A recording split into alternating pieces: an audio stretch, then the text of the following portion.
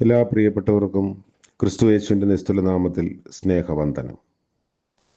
ഇന്നത്തെ നമ്മുടെ ധ്യാനത്തിനായി എഫെസ്യ ലേഖനം 5-ാം അധ്യായത്തിൻ്റെ 27-ാം വാക്യം വീണ്ടും വായിക്കട്ടെ. കറ, ചുളുക്കം മുതലായത് ഒന്നുമില്ലാതെ സഭയെ ശുദ്ധയും നിഷ്കളങ്കയുമായി തനിക്ക് തന്നെ തേജസ്സോടെ മുൻനിർത്തേണ്ടതിനും തന്നെത്താൻ അവൾക്ക് വേണ്ടി ഏൽപ്പിച്ച് കൊടുത്തു. കർത്താവിൻ്റെ പരിശുദ്ധ നാമം വാഴ്ത്തപ്പെടട്ടെ. ഈ ഭാഗം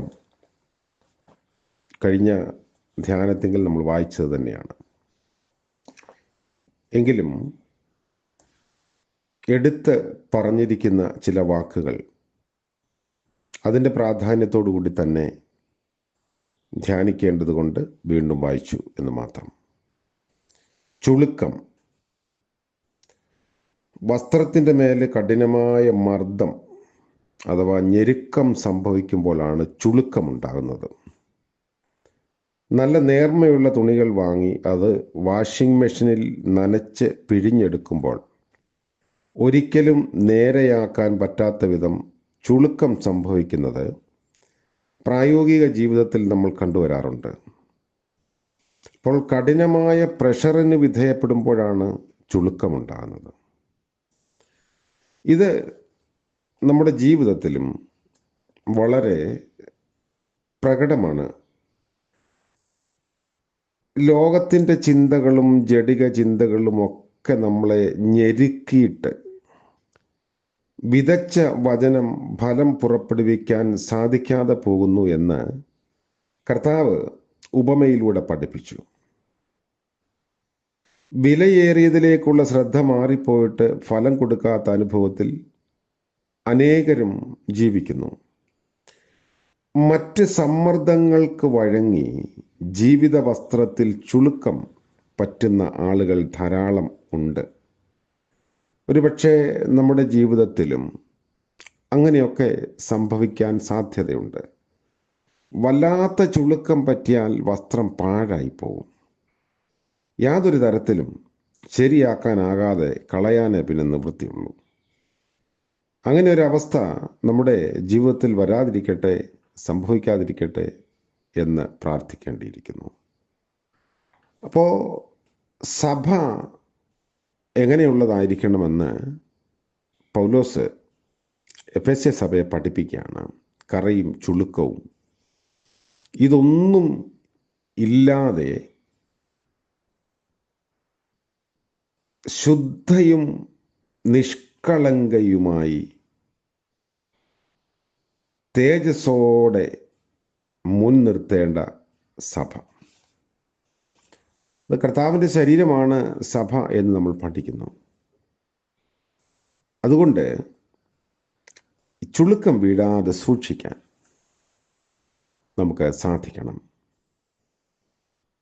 മറ്റൊരു ഭാഗത്ത് വിശുദ്ധ പത്രോസ് പറയുന്നത് 1 പത്രോസ് 1:4 ക്ഷയം എന്നൊരു പദം ഉപയോഗിക്കുന്നുണ്ട്. ഈ പഴകുമ്പോഴാണ് ക്ഷയം സംഭവിക്കുന്നത്.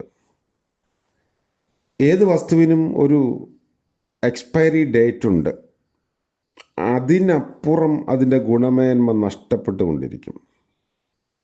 എത്ര മനോഹരമായി നിർമ്മിച്ച ഭവനമായാലും വർഷങ്ങൾ കഴിയുമ്പോൾ വല്ലാത്ത ക്ഷയം സംഭവിച്ച അവസ്ഥയിലായി പോവും. വസ്ത്രം പഴകുമ്പോൾ പിഞ്ചി കീറുന്ന അവസ്ഥയിലായി പോവും. ഒരു കാലത്ത് ദൈവിക ദർശനം പ്രാപിച്ച് വളരെ ദൈവകൃപ അനുഭവിച്ച ദൈവമക്കൾ വളരെ കരുതലോടെയാണ് ഇരിക്കേണ്ടത്. തങ്ങൾ പ്രാപിച്ച കൃപ നഷ്ടപ്പെടാതെയും കൃപയിൽ നിന്ന് വീണുപോകാതെയും കൃപ പഴയിപ്പോകാതെയും ശ്രദ്ധിക്കണം. ഒരിക്കൽ ലഭിച്ച കൃപയുടെ ബലത്തിൽ ജീവിതാവസാനം വരെ മുന്നോട്ട് പോകാം എന്ന് വ്യാമോഹിക്കുന്നത് ശരിയല്ല. ഒരു സന്ദർഭത്തിൽ ലഭിച്ച കൃപ ആ സന്ദർഭത്തിന് മാത്രം ഉള്ളതാവാം. അതുകൊണ്ടാണ് വലിയവനായ ദൈവം ഓരോ ദിവസവും രാവിലെ തോറും പുതിയ ദയയും പുതിയ വിശ്വസ്തതയും ഒരുക്കി വെച്ചിട്ട് നമ്മെ ഉണർത്തി എഴുന്നേൽപ്പിക്കുന്നത്. വിലാപങ്ങൾ 3-ാം അധ്യായം 23-ാം വാക്യത്തിലാണ് അങ്ങനെ നമ്മൾ വായിക്കുന്നത്. ഇസ്രായേൽ മക്കൾക്ക് അവരുടെ യാത്രയിൽ ഭക്ഷിക്കണമെങ്കിൽ അവരവർ തന്നെ ഓരോ ദിവസവും അതിരാവിലെ സൂര്യൻ ഉദിക്കുന്നതിന് മുൻപ് പാളയത്തിന് പുറത്തിറങ്ങി മണൽത്തരികളുടെ ഇടയിൽ നിന്ന് മന്ന പെറുക്കണമായിരുന്നു. പിറ്റേ നാളേക്കത് സൂക്ഷിച്ചു വെക്കാൻ സാധിക്കാത്ത വിധത്തിലുള്ള ക്രമീകരണമായിരുന്നു.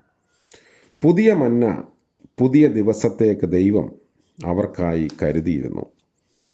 അതുപോലെ തന്നെ ദിനംതോറും അവിടുന്ന് ഒരുക്കുന്ന പുതിയ കൃപകൾ ഏറ്റെടുത്ത് ജീവിതത്തെ എന്നും പുതുമയോടെ കാക്കാൻ ദൈവം നമുക്ക് ഇടയാക്കട്ടെ എന്ന് പ്രാർത്ഥിക്കുന്നു. ഇന്നത്തെ ദിവസം ഇന്നിൻ്റെ നന്മയും കൃപയും അനുഭവിച്ച് മുൻപോട്ട് ജീവിപ്പാൻ കർത്താവ് നമ്മളെ സഹായിക്കട്ടെ. ചുളുക്കവും ക്ഷയവും ഇല്ലാത്ത വിധത്തിൽ ജീവിതമാകുന്ന വസ്ത്രത്തെ സൂക്ഷിപ്പാനുള്ള കൃപ തരണമേ എന്ന് പ്രാർത്ഥിക്കാം. കരുണ നിറഞ്ഞ ഞങ്ങളുടെ വാഴ്ത്തപ്പെട്ട കർത്താവേ, മനോഹരമായ പുതിയ ദിവസത്തിനായി സ്തോത്രം. ഇന്ന് പകൽക്കാലം ജീവിപ്പാൻ ആവശ്യമായ കൃപ ഞങ്ങൾക്ക് നൽകണമേ. ചുളുക്കവും ക്ഷയവും ഇല്ലാത്ത ജീവിത വസ്ത്രം സൂക്ഷിപ്പാൻ ഞങ്ങളെ സഹായിക്കണമെന്ന് പ്രാർത്ഥിക്കുന്നു.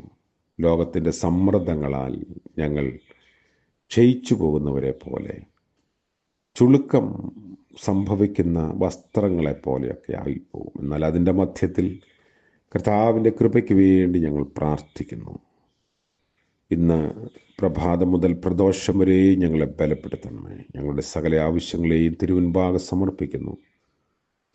ഇന്ന് ജന്മദിനം ആഘോഷിക്കുന്ന പ്രിയപ്പെട്ടവർക്ക് വേണ്ടിയും വിവാഹ വാർഷികം ആഘോഷിക്കുന്നവർക്ക് വേണ്ടിയും പ്രത്യേകമായി പ്രാർത്ഥിക്കുന്നു. അനുഗ്രഹത്തിൻ്റെയും നന്മയുടെയും പുതിയ പന്ഥാവുകളിലൂടെ നടത്തണമേ. യേശു മശീഹ മൂലം പ്രാർത്ഥിക്കുന്നു. കൃപയോടെ കേൾക്കുമാറാകണമേ. ആമേൻ. സകല ബുദ്ധിയെയും കവിയും ദൈവിക സമാധാനവും അനുഗ്രഹവും നാം ഏവരോടും കൂടെ ഇന്നും എന്നേക്കും ഉണ്ടായിരിക്കുമാറാകട്ടെ. ആമേൻ.